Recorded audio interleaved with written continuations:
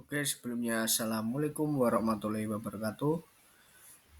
Kita lanjutkan di materi keempat bersama saya Usman Hidayat di mata pelajaran Pendidikan Agama Islam dan Budi Pekerti. Oke, hari ini kita akan membahas tentang menghindari akhlak mazmumah tak tercela dalam kehidupan sehari-hari. Oke, kita masuk. Yang pertama, kita lihat gambar ini. Yang pertama, apa yang akan Anda lakukan jika mendapat nikmat seperti pada gambar di samping? Nah, ada uang, ada gedung atau rumah yang mewah, mobil, serta perhiasan. Bagaimana sikap Anda dalam menyedekahkan bagian dari rezeki yang Anda peroleh? Dan jika Anda dikaruniai nikmat seperti pada gambar di samping, apakah itu artinya Anda lebih baik daripada orang lain? Kemudian bagaimana sikap Anda saat melihat orang yang terdekat Anda mendapatkan nikmat seperti pada gambar sedangkan Anda tidak? Oke, kita langsung masuk. Yang pertama, di peta konsep. Kita lihat di peta konsep yang pertama menghindari akhlak mazmumah dalam kehidupan sehari-hari. Yaitu ada beberapa, yang pertama ria dan sumah, sikap hidup foya-foya, hasad, takabur, membicarakan diri, menghindari akhlak mazmumah atau tercela. Oke, lanjut.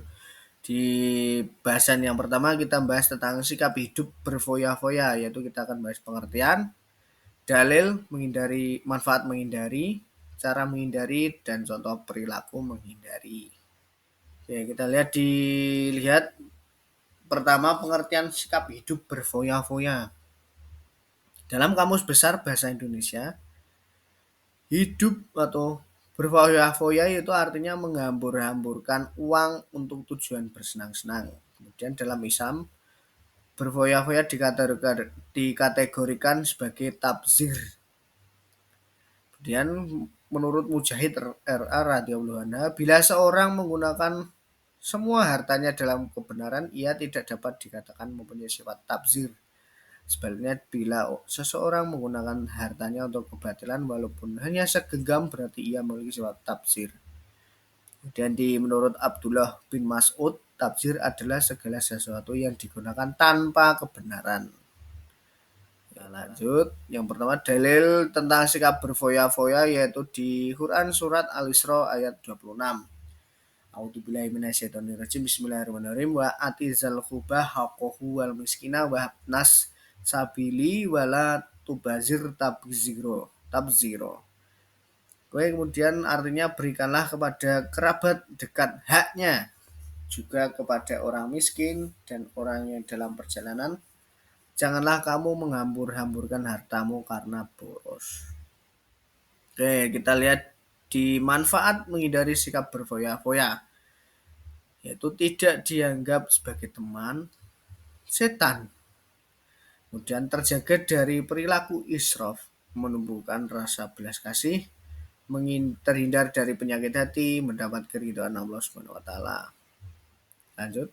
Kemudian cara menghindari sikap hidup berfoya-foya yaitu membelanjakan harta sesuai dengan kebutuhan. Dua, membanyak mengingat Allah Subhanahu wa taala, sering berintrospeksi diri, membiasakan hidup sederhana dan memilih teman bergaul.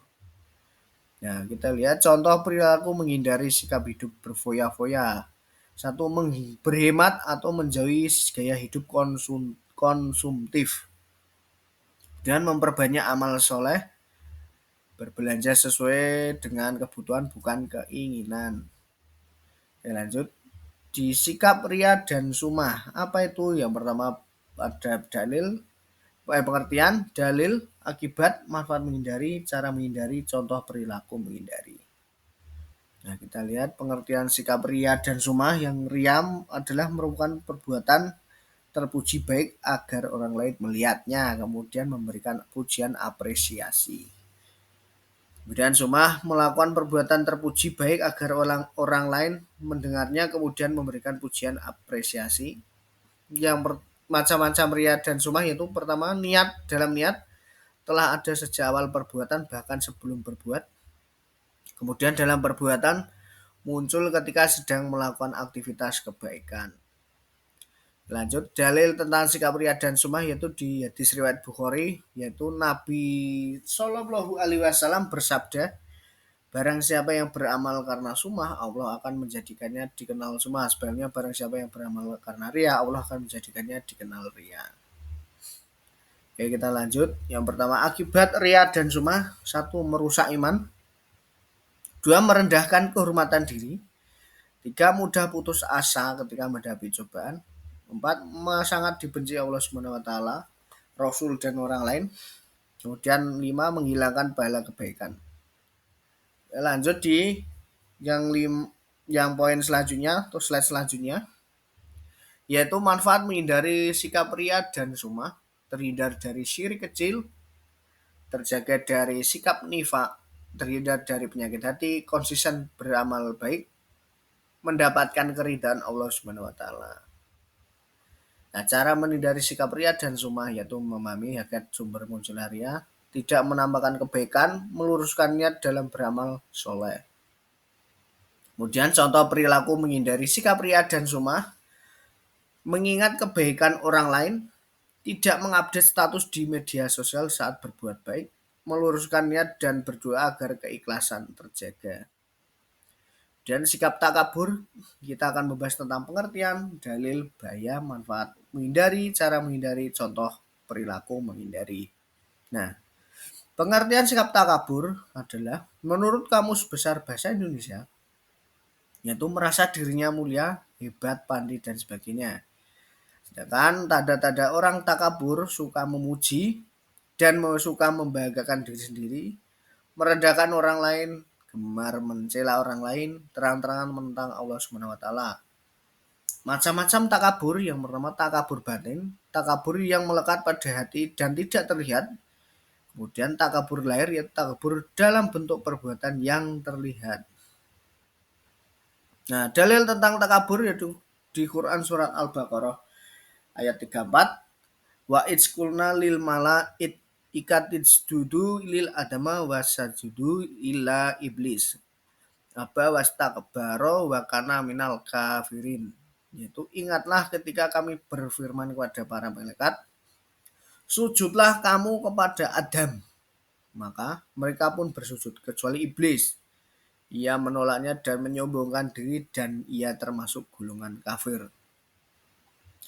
Nah, bahaya takabur yaitu pada diri sendiri tidak ada keinginan untuk memperbaiki diri, rusaknya hubungan silaturahim dengan sesama, berakibat kesengsaraan hidup di dunia dan akhirat. Kemudian lanjut, menyadari banyak Allah Subhanahu wa taala yang maha hebat, tubuh sikap tawaduk, hawa nafsu terkendali, di sini banyak orang terhindar dari azab, yaitu ini merupakan sifat atau manfaat menghindari sikap takabur. Kemudian cara menghindari sikap takabur, satu, tidak merasa paling benar atau mulia, tidak memamerkan kekayaan, tidak menerima kritik atau terbuka menerima kritik, maaf, tidak membanggakan nasab atau keturunan, terbiasa mengucapkan tolong dan terima kasih.